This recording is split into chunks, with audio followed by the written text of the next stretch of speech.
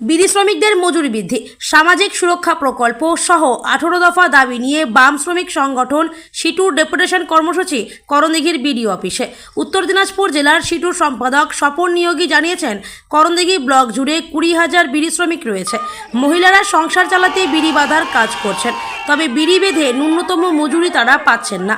এছাড়াও রাজ্য সরকার ও কেন্দ্রীয় সরকারের বিভিন্ন সরকারি প্রকল্পে ঘরবাড়ি, বিড়ি শ্রমিক স্কুল, বিনামূল্যে স্বাস্থ্য পরীক্ষা সব বন্ধ করে দিয়েছে সরকার।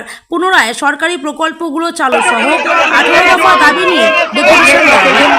সিআইটিউ করণদিঘি ব্লক সমন্বয় কমিটির পক্ষ থেকে মূলত বিড়ি শ্রমিকদের মজুরি চুক্তি কার্যকর করার দাবি এবং দোমানাতে একটা ক্লিনিক ছিল, হেলথ ক্লিনিক বিড়ি শ্রমিকদের জন্য, সেটা বন্ধ হয়ে আছে, সেটাকে এখানে চালু করা।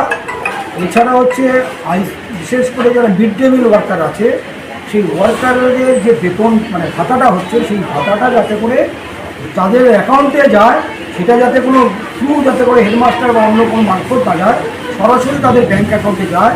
সেই জন্য এটা আমরা একটা মাঝখানে চালু হয়েছিল কিন্তু বন্ধ হয়ে যায়। আমরা চাইছি যে তাদের এটা সেই অ্যাকাউন্ট মারফত চালু নির্মাণ।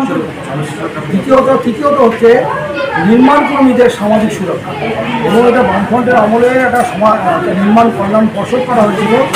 নির্মাণ শ্রমিকরা তারা যদি কাজ করতে গিয়ে তারা কোথাও আহত হয়, মারা যায় কোনো রোগে, তাদের হচ্ছে আর্থিক সহায়তা ট্রিটমেন্টের জন্য করা হতো, কিংবা তাদের চশমা, তাদের সাইকেল, তাদের হচ্ছে কাজ করার উপকরণ এটা সরবরাহ করা হতো সরকার থেকে। সেই সমস্ত সুরক্ষা প্রকল্পগুলোকে বন্ধ করে দেওয়া হয়েছে। আমরা চাইছি যে তাদের সামাজিক যে সুরক্ষা যেগুলো আছে সেগুলোকে ইমিডিয়েট দিতে হবে, এবং এটা নিয়ে আমরা প্রশাসনের কাছে বিশেষ করে লেবার ডিপার্টমেন্টকেও জানিয়েছি, কিন্তু এটা তারা ঠিকমতো তদন্ত করছে না। এর সঙ্গে যেটা আছে যে বিড়ি শ্রমিকদের যে ছেলে মেয়েরা আছে, যারা চাইল্ড লেবার বলা হয়, যারা বিড়িও বন্ধে আবার পড়াশোনা করে, তাদের জন্য আমাদের এই উত্তর দিনাজপুর জেলায় 40টা বিশেষ করে করণদিঘি বিড়ি এলাকাতেই মেনলি এটা হয়েছিল, যে বিড়ি শ্রমিকদের ছেলে মেয়েদের জন্য যে চাইল্ড লেবার স্কুল তৈরি হয়েছিল, সেই চাইল্ড লেবার স্কুলগুলো টোটালি বন্ধ হয়ে আছে। তাদের কোনো মিড ডে মিলের খাওয়ারও নেই, এবং যারা ইনস্ট্রাক্টর বা টিচার হিসাবে ছিলেন তারাও হচ্ছে তারা বেকার হয়ে আছে।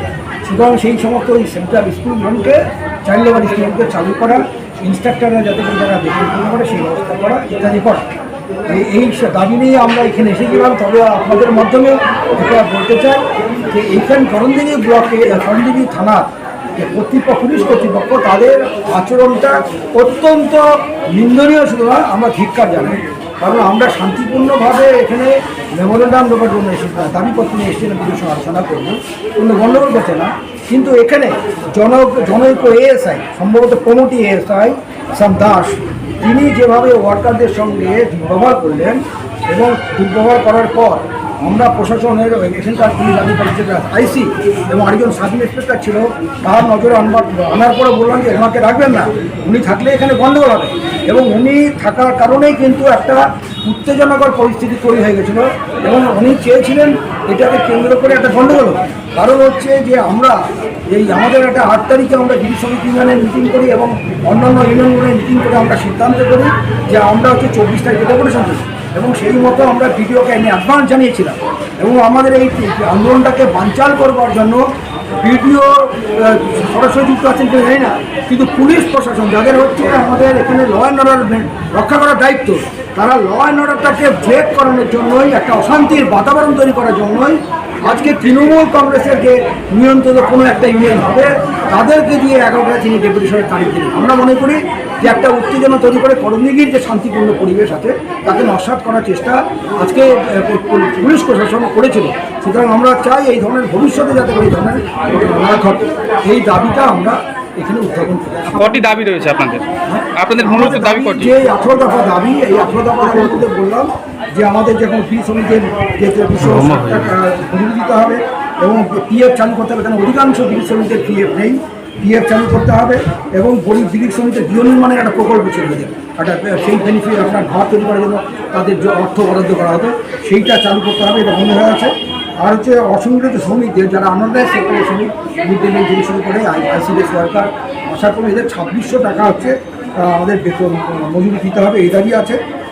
এছাড়া হচ্ছে আমাদের লিগের সংখ্যা লিগ আমাদের করতে হবে। আর এই যে বিওসি নির্মাণ শ্রমিকদের কর্মশিক্ষা বইগুলো চালু করতে হবে। আচ্ছা, আমার নাম ঠিক কোন আছে। দায়িত্বে রয়েছে? হ্যাঁ, আপনার নাম কোন দায়িত্বে রয়েছে? আমার নাম হচ্ছে স্বপন বিনয়ী, আমি হচ্ছে সিআইটি উত্তর দিনাজপুর জেলা কমিটির